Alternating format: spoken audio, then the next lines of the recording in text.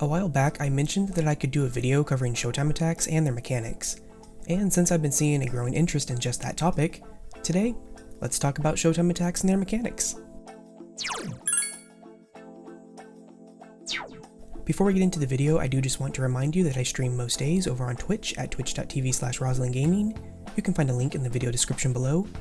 I will also leave a link to the playlist containing all of my other Persona 5 Royal coverage in case you want to check that out as well. Showtime attacks are a new feature added to Persona 5 Royal in which two party members team up to do a relatively powerful attack that is accompanied by a pretty awesome animation unique to each Showtime. At first glance, these may seem like completely random attacks that are nice when they pop up, but they also have some pretty interesting mechanics and interactions to them as well. As I just stated, Showtimes happen when two characters team up for an attack. Every character that joins your party throughout the game, except for two, have two Showtime attacks that they can participate in, and with the exception of one Showtime, all of them are unlocked via main story progression.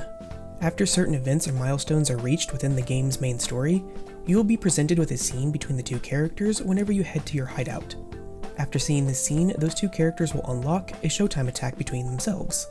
The only Showtime attack that is not unlocked this way is Kasumi's. And to unlock hers, you must first get her Confidant to rank 10 and visit your hideout before February 2nd, technically making her Showtime the only one that's missable within the game. Now that we have that brief overview of Showtimes out of the way, let's actually go over their mechanics.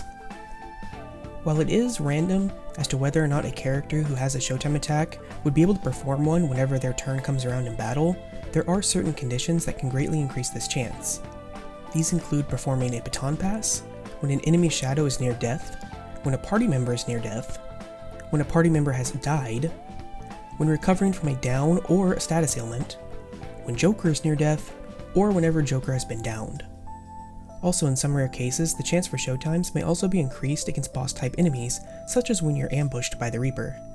Speaking of boss type enemies, the animation that plays out for Showtimes will be slightly altered against boss type enemies.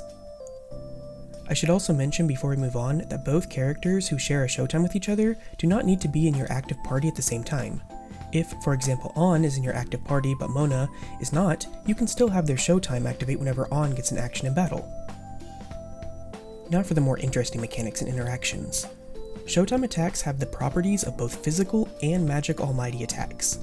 They also never miss and they ignore enemy weaknesses and resistances. And regardless of how much their animations may make you think otherwise, Showtime attacks only hit one enemy, so choose your target wisely if there are multiple targets.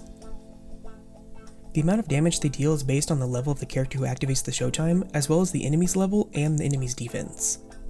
The persona stats for the character who activates the Showtime plays no role in their damage calculations though. However, effects such as Tarukaja, Charge, Baton Pass, and so on will increase the damage of Showtime attacks. Now if you recall, I stated that Showtimes are both physical and magic almighty attacks. This little tidbit opens up some interesting interactions for Joker specifically. Having Almighty Boost, Almighty Amp, Tyrant's Mind, and or Magic ability on Joker's persona will see those boosts applied to the damage of Showtime attacks Joker participates in so long as he is the one who activates it. This also applies to physical boosts from persona traits, with the exceptions of the ones I've listed on screen. Why these don't increase the damage of Showtimes but others do, I don't know, but from my testing and the testing of the Japanese community, they do not appear to do so. And finally, while rare, Showtimes can be used to deal technical damage if the enemy is affected by dizzy or sleep. However, should you deal technical damage with a Showtime, you will not receive a 1 more, even if your technical rank is rank 4. And that about does it for Showtime attacks and their mechanics. I know this was a short one, but I hope you found it interesting and informative. As usual, if you have any questions, feel free to ask me in the comments section below, or over on my Twitch channel at twitch.tv/RosalindGaming. And if you did find this video helpful and informative, please be sure to leave a like and consider subscribing to the channel. Until next time, take care.